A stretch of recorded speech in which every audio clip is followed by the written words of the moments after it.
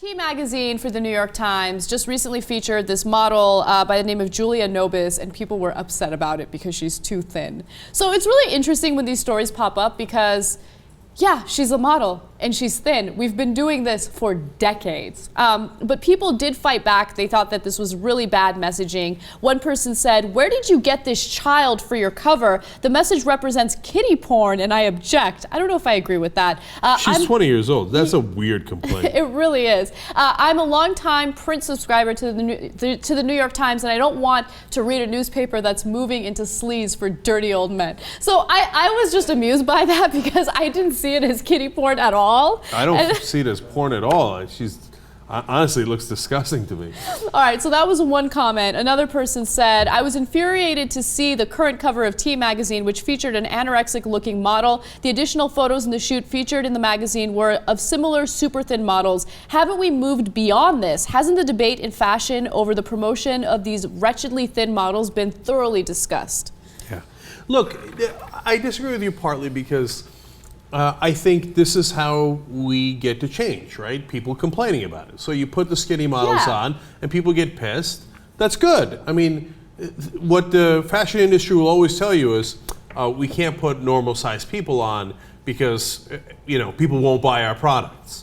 So now this is people saying, well, I won't buy your products if you put anorexic people in that. Yeah. And their excuses were awesome, by the way. They said they considered photoshopping. Okay, no, I have to read this because it's the best thing I've read from like an editor. Not the right way to handle the situation, if you ask me.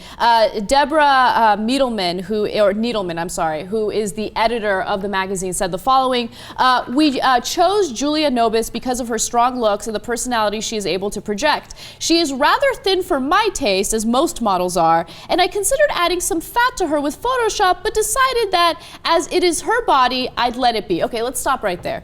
If she were overweight, there'd be no question that you would Photoshop her, right? You wouldn't let it be. It would be Photoshopped immediately. But I love that when it's too thin, when she's too thin, oh, she's too thin, but that's her own body, so I'm gonna let it be. Come on. Yeah, that's just her natural body. All right, why don't you have everybody do their natural bodies? Oh, no.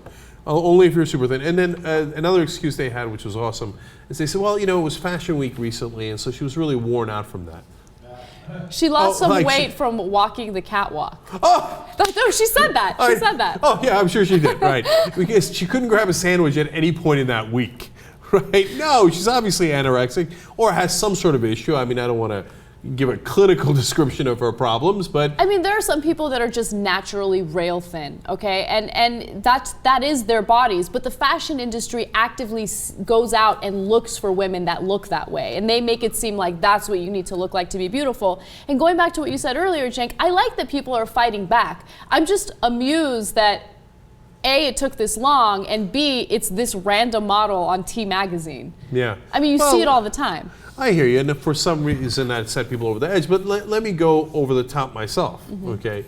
And this is why I don't like the fashion industry. I think they're ridiculous, and exploitive sounds weird. I'm not sure I mean it that way, but I mean, the stuff that they push out there, it's a drug, and it's a stupid drug. The drug of you gotta be thin. I mean, look at this here, put her up again.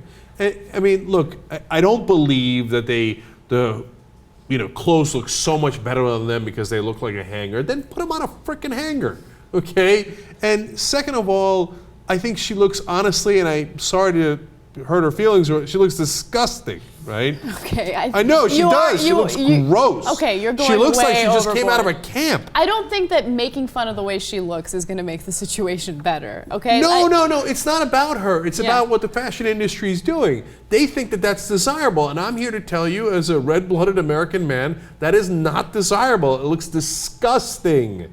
It's not like, whoa, wow, check that out. Like that looks like a zombie, and I'm afraid she would bite my neck.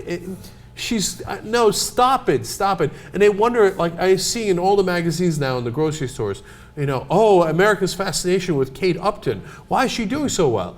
Because finally you put a woman out there who it doesn't look like a zombie, who looks like a regular person who's super hot. Yeah, great. She doesn't look like a regular person. She's like way above the regular person. No, I'm saying, in but she many looks, ways. No, I know, but she looks healthy. She does. She's she gorgeous. She doesn't look like she's either gorgeous. about to die or already died and came back to life. Yeah. Okay, so gee, I wonder why we like Kate Upton, because she's a woman.